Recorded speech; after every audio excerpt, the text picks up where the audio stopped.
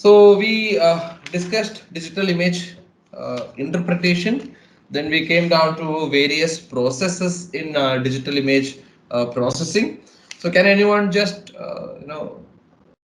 tell me what are the various processes in digital image processing? Various methods adopted or various processes that you undertake in digital image processing. Can anyone tell me that?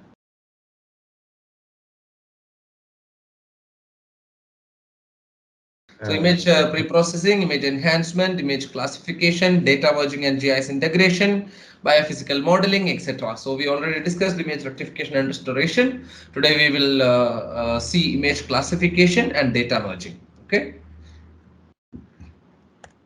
So image classification. So we already saw once you obtain a remotely sensed image, we need to classify it. Maybe suppose if I am considering various land use or land cover classifications.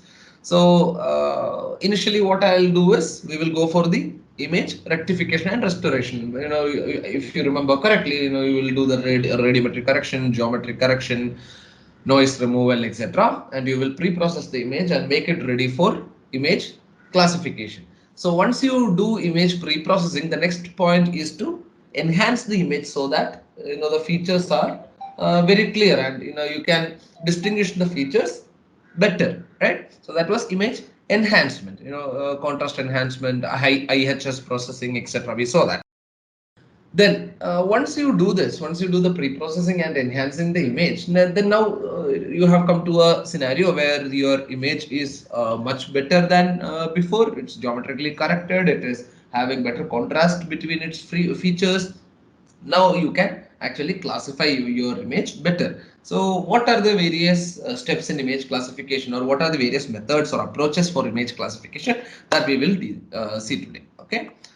So in image classification, suppose as I mentioned, suppose we are going to classify it into different land cover classes or land use classes or any specific theme. What you are going to do is you are going to categorize the pixels in a remotely sensed image. So you can categorize it into different themes or types of vegetation. Maybe the mineralogy, maybe the rock types, maybe the soil types, maybe maybe the quality water quality content or water content quality. So or maybe land use or land cover.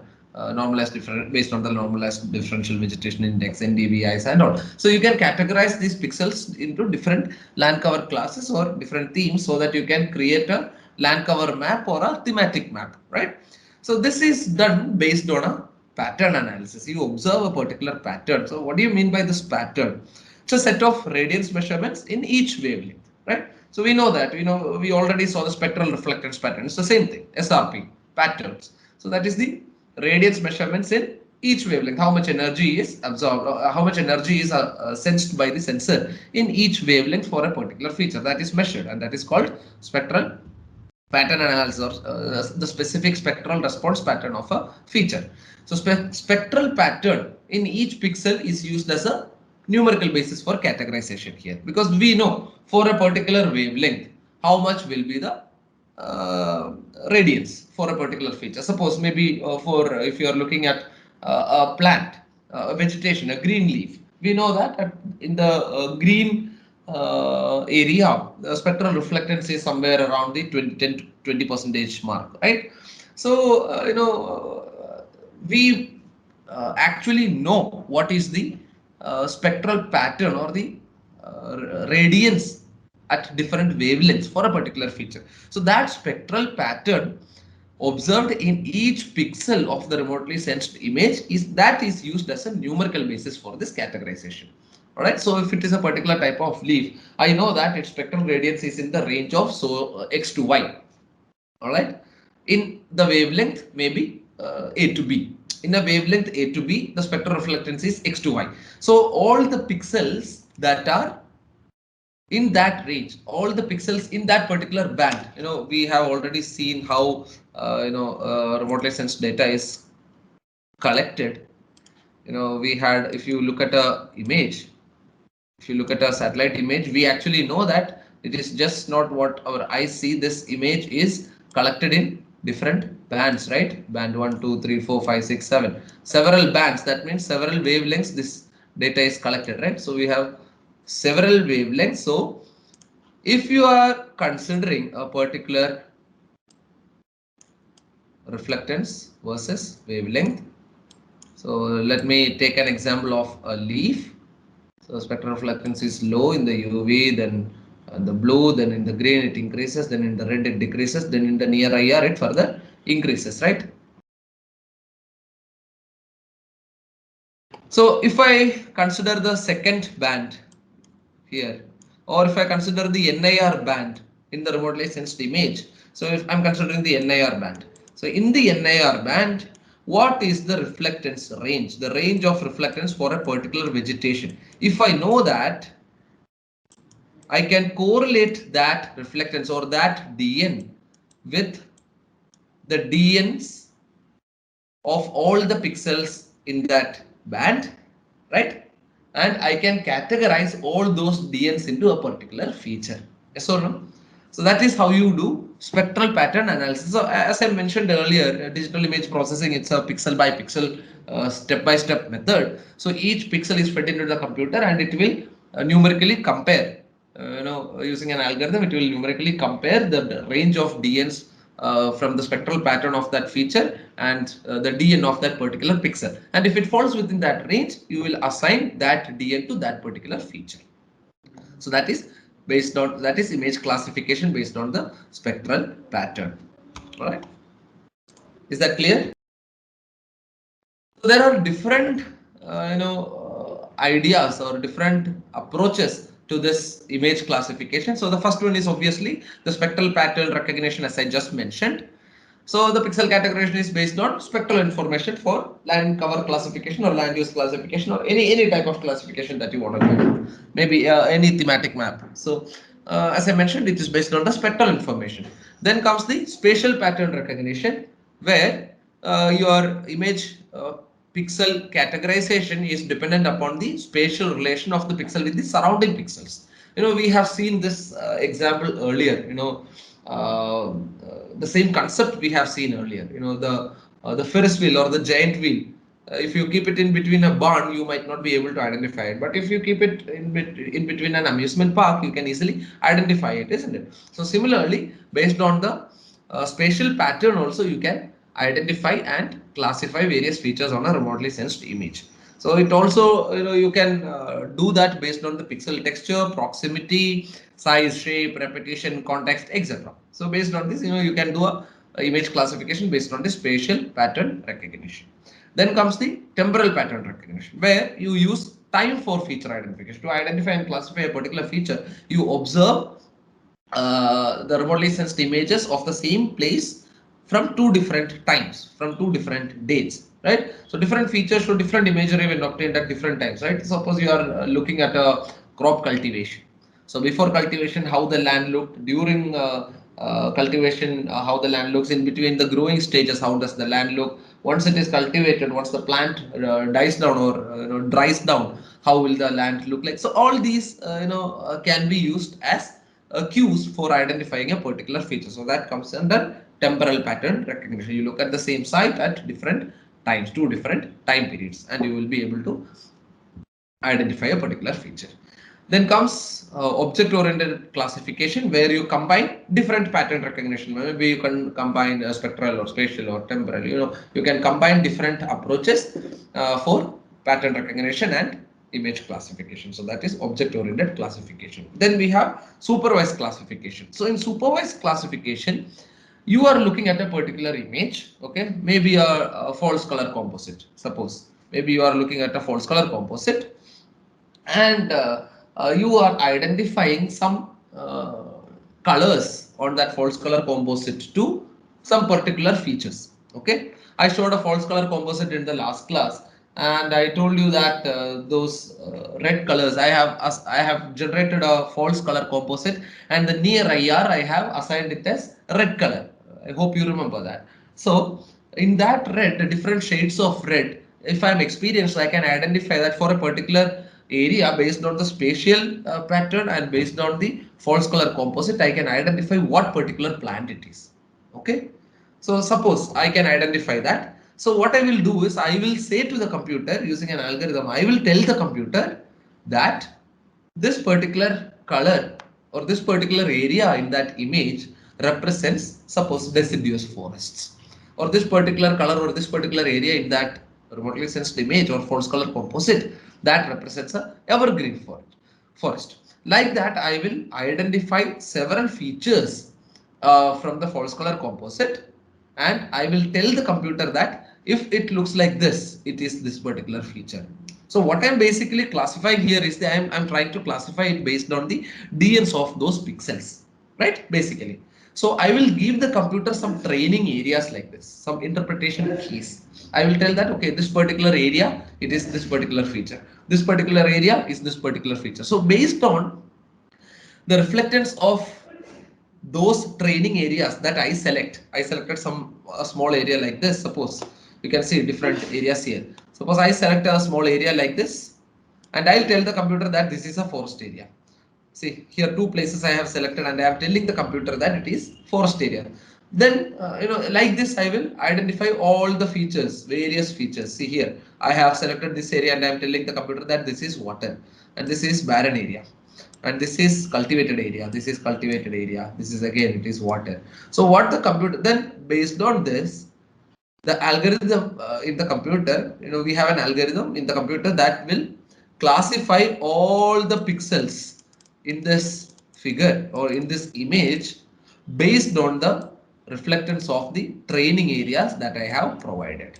So if at this area, if the reflectance or the DNs match any of these training areas, it will assign it to that particular feature.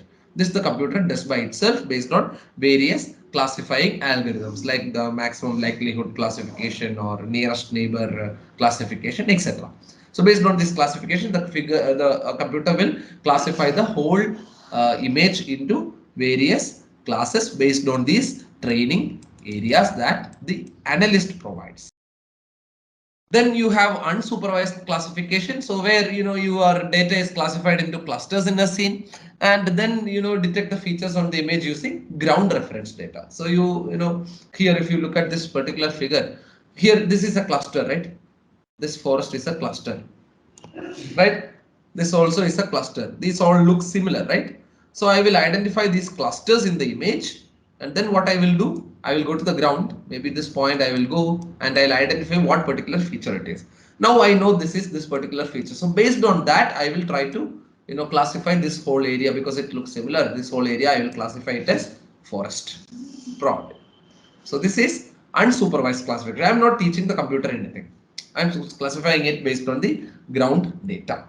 Okay, but the accuracy of unsupervised classification is something about 50 to 65% only. So and this one supervised classification, it is something about 80 to 90% or 75 to 80. Anything in the range of 80% is very good for a image classification. So to obtain this 85 percentage, sometimes you might have to merge this supervised classification and the unsupervised classification, and that type of classifications are called hybrid classification. To increase the accuracy and efficiency, you can classify the image by merging two approaches, that is supervised classification and unsupervised classification, that is hybrid classification. So these are the various approaches for image classification in remote sensing: spectral pattern, spatial pattern, temporal pattern, OOC, supervised classification, unsupervised classification, and hybrid classification. All right. So coming to the further details in supervised class, yeah, I have already explained this. So you collect different band digital number data for a particular LC feature, as I showed here, and I assign these as specific training areas. I will collect these DNs. I will assign it as this particular feature. If the DN is this much value, or if it looks like this, I say that it is this particular feature. These are forest areas, right? So like that, I will select training polygons or training areas in the figure, and I will tell the computer that these particular areas or these particular DNs represent so and so features. So the rest of the thing the computer will do. So the computer will analyze the whole pixels in that image, and it will classify it according to the training polygons that we have provided. So in supervised classification, we have three steps. One is the training stage, what I just mentioned. we identify representative training areas and develop a numerical description for different land cover types. Then comes the classification stage where each pixel is categorized to the most resembling land cover type based on the training area. The whole image based on this training area, the whole pixels are analyzed and it is associated to whatever training areas we have provided. So once I complete that process, this whole area will be classified as this one, this again, this one, this whole area. All of this area will be classified as forest area, because the computer sees that both the pixels in this area matches the training polygons areas that we selected, right? The DNs match. So it will assign this forest area to the matching DN here, which is forest area, right? So whichever areas the computer couldn't identify, it will be marked as unknown. Okay. So then comes the output stage. So output is of course it's in the digital format because the processing is done in a computer. So the output actually you can generate thematic maps based on different themes. So maybe soil, water, land cover, forestry applications, rangeland applications based on different themes, mineralogy, mining applications. Depending upon different themes required, you can generate various thematic maps, or you can also represent the output in the form of a table of area statistics, or you can also use it as a data file for later geographic information system services. So here you can see the land cover. This is the work I have done previously. I have showed you this already. So here, as I mentioned, I can provide the area statistics for the area, for the study region. So this whole area, I have done the land use classification. So for 1973 and 2016, and for both these areas, I am representing this as the change in that areas for various features. So you can see agriculture. It is how much? Agriculture was 4,300 kilometer square in 1973, and it is 5,179 kilometer square in 2016. Like that, I can create a table of area statistics as well. All right.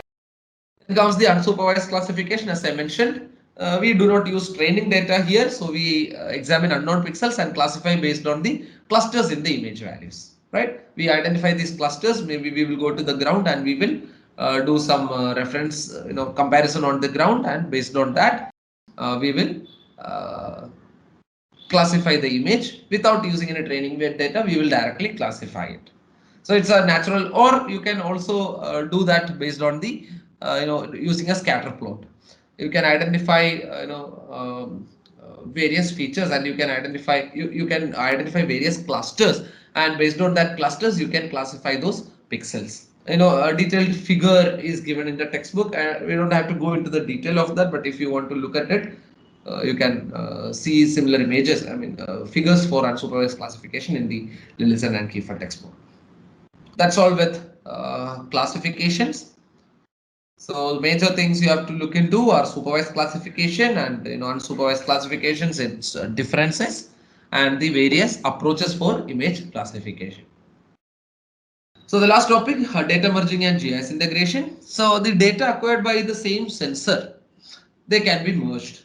Suppose ICNOS satellites have one sensor which can obtain a panchromatic image of 1 meter resolution and multispectral multispectral data of 4 meter of resolution. So it's the same sensor, so you can merge those images and you can use it for further analysis, or you can also merge raster and vector overlay data. You can overlay those data. You have carried out a vector analysis already. You have created a shape file for our campus, isn't it? So similarly, I have generated a shape file for the state of Kerala like this. I drew it. I drew the shape file of Kerala, and after I did my classification, land use classification, it's this figure. If you look at the satellite image, it's a agglomeration of 9 to 10 satellite images. So I did the whole processing, all these processes that we discussed, that I did on all these satellite images. Then I merged all these satellite images. So now it looks something like this. After I merge all the satellite images, it will look something like this. Now this is a raster data, right? This is the raster data. So what I did next, I have a vector data of the boundary of the state of Kerala. So what I do next is I will merge these two data and I will overlay it. I will merge these two data and I will extract this.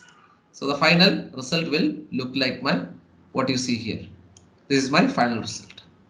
So this is how you merge raster and vector data. This is one simple example of how to merge raster and vector data. Similarly, you have created the vector data for our campus, so you can extract that data for any satellite image, for any application, for any theme map. You can process the satellite image, then you can extract that data by overlaying your vector and merging it with the raster data that you have processed. Hope it is clear. Then you have also you have multi-temporal data merging. You combine images of the same area but taken more than taken on more than one date. So you can create color composites by merging multi-temporal data, and using that you can differentiate crop types. Suppose you know how to create these color composites, NCC, FCC, ACC, all these we discussed in the last class. So you can create any of these color composites, and you can identify in which color composite the features are distinguishable for a multi-temporal data set. So once you do that, you can identify, you can merge those data for differentiating various crop types. So any number of bands from one date can be merged with any number of bands from other date. But you have to keep some other parameters constant, and you can merge data from a number of bands with number of bands from another date. So temporal data you can merge like this, and you can compare its color composites to identify a particular crop type or differentiate various crop types. Then you have change detection procedures where you use multi-temporal data sets to differentiate areas of land cover changes between two dates of imaging. Here also all other data acquisition parameters are constant. So the change detection procedure, this is a classic example of change detection. Change detection procedure, CDP. It's a classic example. Here I have assessed the change that has happened in the state of Kerala from the year 1973 to 2016. Right? That is change detection procedure. You use multi-temporal data sets to differentiate different land covers or land uses. Then post classification comparisons are there. You two dates of images registered and classified, and algorithm is used to compare them. Again, the same thing as you see here. I'm comparing these two, and I'm generating a data set of the statistics of how much the land has changed. So similarly, after the classification, after I do this classification, here I have completed the land cover classification, here I have completed the classification. So post classification, you can do more comparisons and analysis. Then you have temporal image differencing, where DNs from different dates are subtracted. Okay, so if there is a large difference in the DN of an area, suppose you look at this figure. This is a very famous beach in Kerala. This is the Kovalam beach. Probably you have heard of that place, Kovalam beach. So if you look at this places, this is somewhere around the 2000s. I think it is 2002. I don't remember rightly. Anyway, this is 2016. So if you look at this particular point and the same point here, if you look at that point, sorry, this point. If you look at these 2 points, your DN on this image in 2002 for the same geographic location, and the DN at this point, at the same point, at another date for the same location. If you compare these DNs, do you think these DNs will match? Will the DN1 and DN2 match here?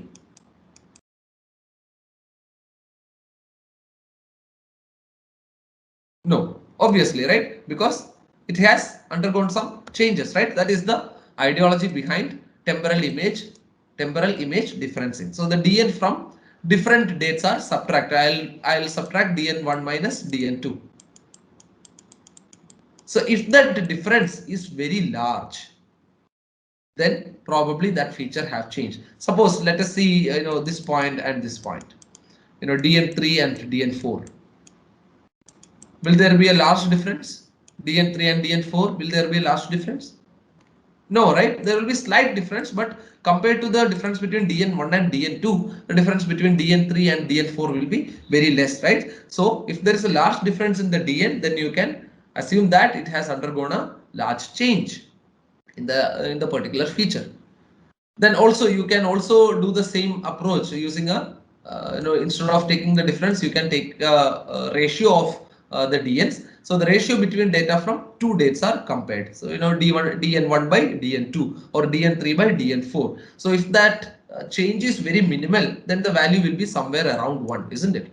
DN3 by DN4 will be somewhere around 1, right? But DN1 by DN2, there will be a large variation, right? It will be deviating more from 1. It can be way higher than 1 or it can be way less than 1, right? So you will consider this ratio, and if it is something around 1, you can say that the change is very less.